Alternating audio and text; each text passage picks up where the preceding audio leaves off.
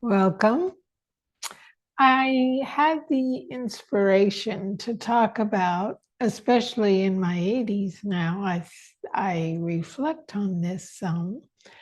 What is the possibility that this life holds for each of us? And how can we, in recognizing that possibility, live more from there? So for me, the biggest possibility that I've experienced in this lifetime is to just be rested in the awareness that we all are, the love that connects me to, and see from there what I'm nudged or prompted to do in life, rather than living in my thinking mind and acting and realizing disappointment again and again from there. Even when I realized the goals that I had set, they were very short-lived satisfaction, not at all what I thought they would or should be. I don't know if you've experienced that, but I certainly have. And at this point in my life, I was reflecting the other day on what if I wanted something again like I did when I was younger? And it was so interesting because it was like these claws came out of intention to really make something the way I thought it should be. It wasn't beautiful. It wasn't. And it kind of surprised me. Well, that's interesting. I love that image about the claws coming out of intention, um, because I think about when the topic of living our full potential, it's often measured in what do we accomplish? What, with our intention, do we create, at least seemingly create in our lives? And how that is clearly not what our potential is. You look at extreme sports, these athletes, God, what they accomplish or Oh, amazing. amazing. It's really amazing. Amazing. Yeah. And, high performing teams. I mean, things are always increasing in terms of the potential of what is being achieved. But if we look at it from the standpoint of continuing to measure ourselves by our achievements as a reflection of whether I'm more and more developing my alignment and capacity to live from my potential, it keeps my attention out there in what I'm doing. True. And what Very true. I hear you pointing to, that full potential is really an inner quality. And for me, you use the word the awareness that I am. And for me, a word that helps me translate living from who I really am into what I do and achieve in the world, I think of the word love. What if my potential as a human being, my greatest potential, is in the love that I am? Could it be that who we really are, in essence, is simply what we could call love? I don't know that there's a word that can really describe our essence. But one word that kind of works for me is this word love. So I think about who am I really? And I look in the mirror, of course, I see this body. Okay, there's Bill. But is that who I am? It's like, think of the baby, and before it can talk or walk or do any of these capacities that we associate with getting around in life and existing, what are they? Just what Connie's talking about, like they're just wide open. Yeah, wide open awareness. Yeah. Just knowing. Just knowing. Being. And what is it? I mean, it's really hard not to experience some sense of love when I see that newborn, when I see that little baby, it's just love comes up. It's like, could it be that they're just being love without all the extraneous things of what do I need to do to make dinner tonight and make sure there's enough money in the bank to pay the rent or whatever. When they're just being, could it be that that's that love that I feel is a resonance with what I'm seeing they are being? Yeah. Could it be that who we really are is love? Yeah. Beautiful. And you know what I love so much about it, about resting in this love or this awareness or this being that we all are. It connects me with a deep wisdom that runs everything. And so I'm prompted to move forward in life from a very different place. No claws. Yeah, no claws. It's just gentle and quiet and clear. And I also recognize that that impulse to act from that deeper knowing of who I am, it's for the benefit of the whole. I don't have to figure it out. It's figured out for me. All I have to do is respond to the nudges that come. And I love doing that. And I've gotten really pretty good at it. The nudge comes, I act. The nudge comes, I act. I don't delay in any way. And in acting again and again, it gives me a chance to really test. Is this true? Is there this intelligence that can guide us in a beautiful way to benefit the whole? I get to test it out again and again. I like that. Yeah, as opposed to thinking this is the way it works. So now I've got to remember how it works and make sure that I do these things that are aligned with how it works.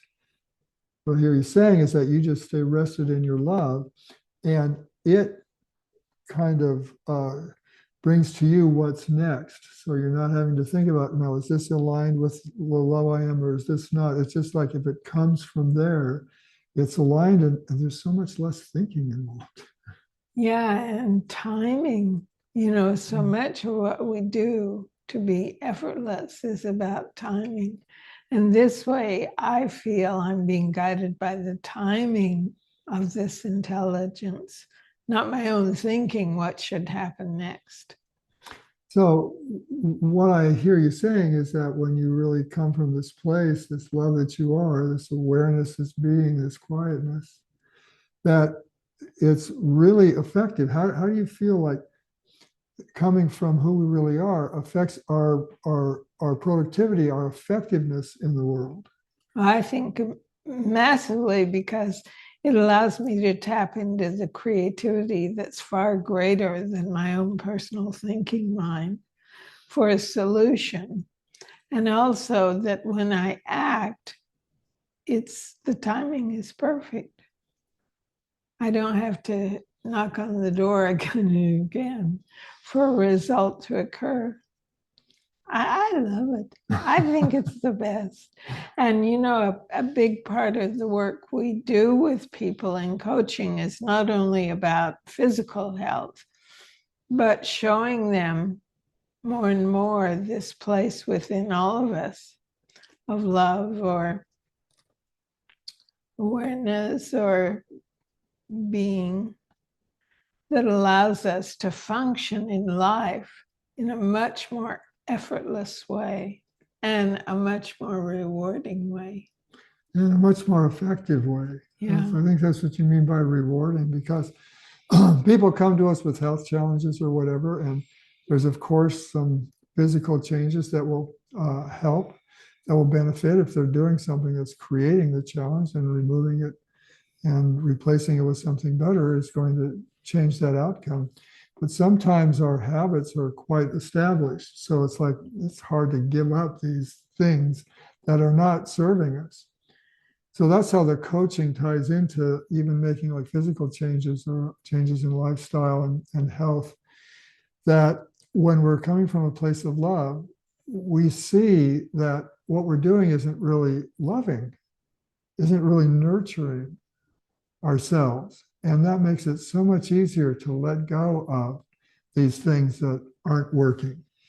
Yeah, and the more that we let this busy personal mind relax, the more we see the core of what's driving those old patterns. And when we see it, that begins to dissolve effortlessly, which I love too.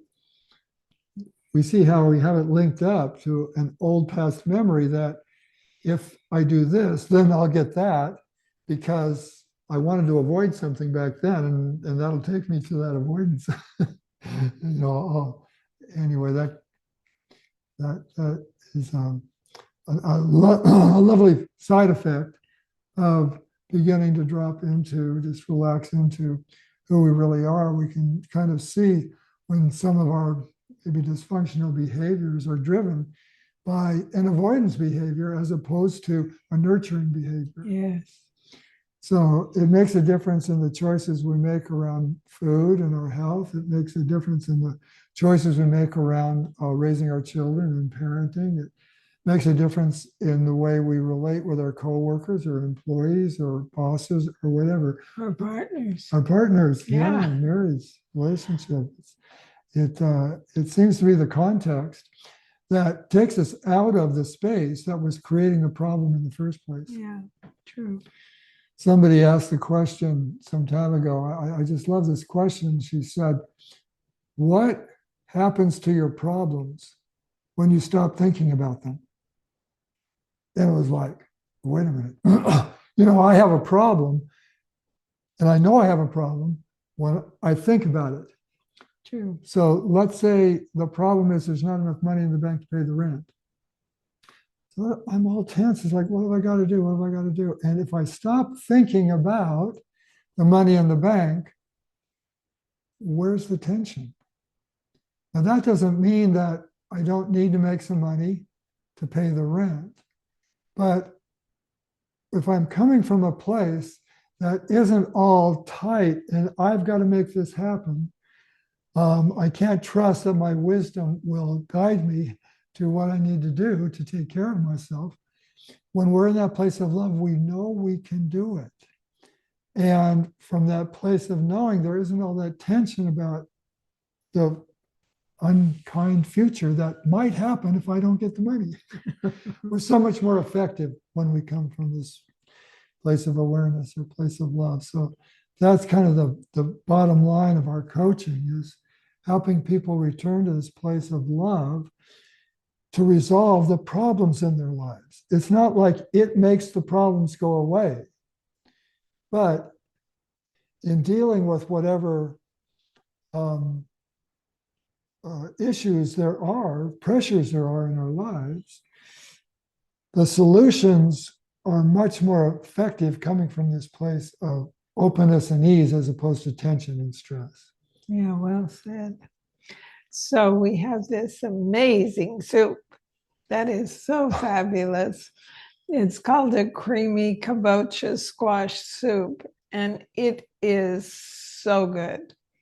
When I tasted it, I said, heaven, and that's how it tastes. Easy to make. I really encourage you to explore this squash if you haven't, because it is the sweetest, the best tasting, wonderful squash. So that recipe will be below. Yeah, it's a winter squash. The skin is edible. It has a rich, deep flavor and texture that's just a little different from all the other winter squashes. And we feel like, well, you can hear, it's our favorite. And when you do this soup, which is essentially just this squash with some onion or leeks, boy, that simplicity, but it's in a class of its own. Yeah, and it has a lot of health benefits too. So give it a go. Yeah. And if you'd like to explore more about this coaching that we do in relationship to any areas of your life, just leave a comment in the notes below, and we'll connect. And we're happy to speak with you for free for half an hour or so and see if there's a fit. Thanks for joining us. Thank you.